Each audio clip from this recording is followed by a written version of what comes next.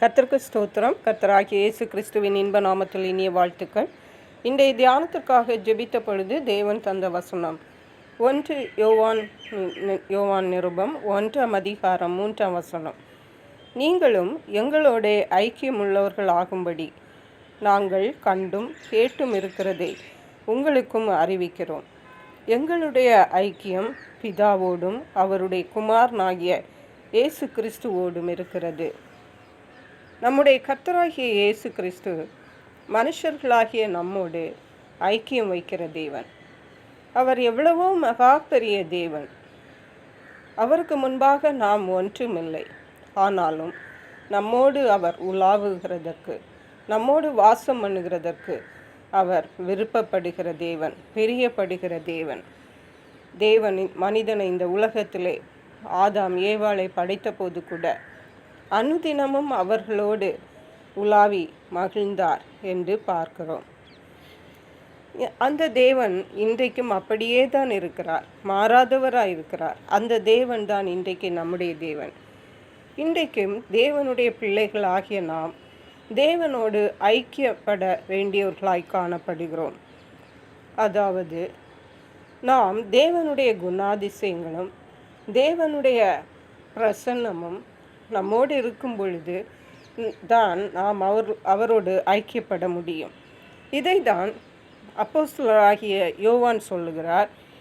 நீங்களும் எங்களோட ஐக்கியமுள்ளவர்களாகும்படி நாங்கள் கண்டும் கேட்டும் இருக்கிறதை உங்களுக்கும் அறிவிக்கிறோம். அதாவது விசுவாசிகளாகிய தேவனுடைய பிள்ளைகள் பரிசுத்தவான்களோடு ஐக்கியம் வைக்க வேண்டும். அவர்கள்தான் இந்த சுவிசேஷத்தை விசுவாசிகளுக்கு சொல்லுகிறார்கள். எங்களுடைய ஐக்கியம் பிதாவோடும் அவருடைய குமாரனாகிய இயேசு கிறிஸ்துவோடும் இருக்கிறது. அதாவது ஒவ்வொரு தேவனுடைய பிள்ளைக்கும் 2 ஐக்கியங்கள் தேவைப்படுகிறது.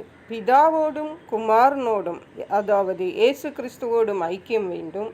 அதே போன்று பரிசுத்தவான்களோடும் நமக்கு ஐக்கியம் இருக்க வேண்டும்.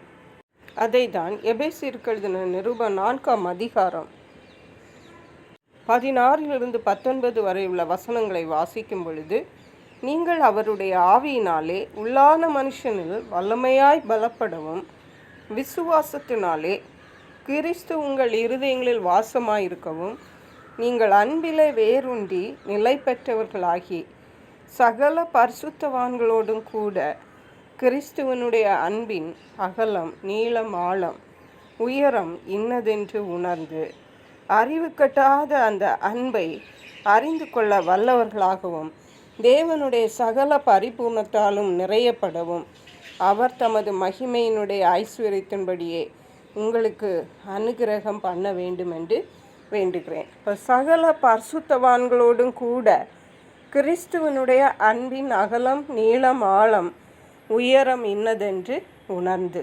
அல்லேலூயா. நாம் தேவனுடைய பிள்ளைகளோடு ஐக்கியப்பட நமக்கும் தேவனுக்கும் இயேசு கிறிஸ்துவுக்கும் உள்ள ஐக்கியம் இன்னும் நெருக்கமாய் காணப்படுகிறது. அல்லேலூயா. உதாரணமாக படிக்கிற மாணவியரை எடுத்துக்கொண்டார். அவர்கள் நன்றாக படிக்கிற மாணவர்களிடத்தில் அவர்கள் சேரும் பொழுது அவர்களுடைய படிப்பு இன்னும் வளருகிறது. அதற்குரிய தாகமும் அறிவும் பெறுகிறது. அதே போன்றுதான் தேவனோடு உண்மையாக இருக்கிற பரிசுத்தவான்களுடைய ஐக்கியத்திலே நாம் வரும் பொழுது நாமும் தேவனோடு இன்னும் வளருவதற்கு அது ஏதுவாக அமைகிறது. இயேசு கிறிஸ்துவனுடைய ஐக்கியம் நமக்கு மிகவும் இன்றிமையாததாக காணப்படுகிறது. 1 கொரிந்தியர் எழுதின நிருபம் 1:9 சொல்லுகிறது, தம்முடைய குமாரனும் நம்முடைய கர்த்தருமாயிருக்கிற இயேசு கிறிஸ்துவுடனே ஐக்கியமாயிருப்பதற்கு உங்களை அழைத்த தேவன் உண்மையுள்ளவர். ஹல்லேலூயா. இயேசு கிறிஸ்துவோடு நாம் ஐக்கியப்பட தேவன் நமக்கு கிருபை செய்வார். அதற்கு அவர் உண்மையுள்ளவராயிருக்கிறார். அவர்தான் நம்மை அழைத்தார் என்று இந்த வசனம் நமக்கு தெளிவாக சொல்லுகிறது. கர்த்தர் நாம் பிதாவோடும் இயேசு கிறிஸ்துவோடும் பரிசுத்தவான்களோடும் ஐக்கியமாயிருந்து இன்னும் அவருடைய வழிகளிலே நடக்க அவருடைய ஆசீர்வாதங்களை இம்மையிலும் மறுமையிலும் சுதந்திரிக்க கர்த்தர் கிருபை செய்வாராக. ஜெபிப்போம். எங்களை கிருபையாக நேசித்து பாதுகாத்து வழி நடத்துகிற எங்கள் அன்பின் தகப்பனே, ஆசீர்வதிக்கப்பட்ட இந்த நல்ல நாளுக்காக நன்றி. இந்த வேளையிலும் நாங்கள் பிதாவோடும் இயேசு கிறிஸ்துவோடும் பரிசுத்தவான்களோடும் ஐக்கியமாயிருந்து தேவனுடைய நன்மைகளை பெற்றுக்கொள்ள உதவி செய்வீராக. நன்றி பரிசுத்த ஆவியானவரை. துதிகன மகிமை எமக்கே செலுத்துகிறோம். மீட்பரும் இரட்சகருமாகிய இயேசு கிறிஸ்துவின் இன்ப நாமத்தில் ஜெபிக்கிறோம் எங்கள் அன்புள்ள பரமபிதாவே. ஆமென். God plus.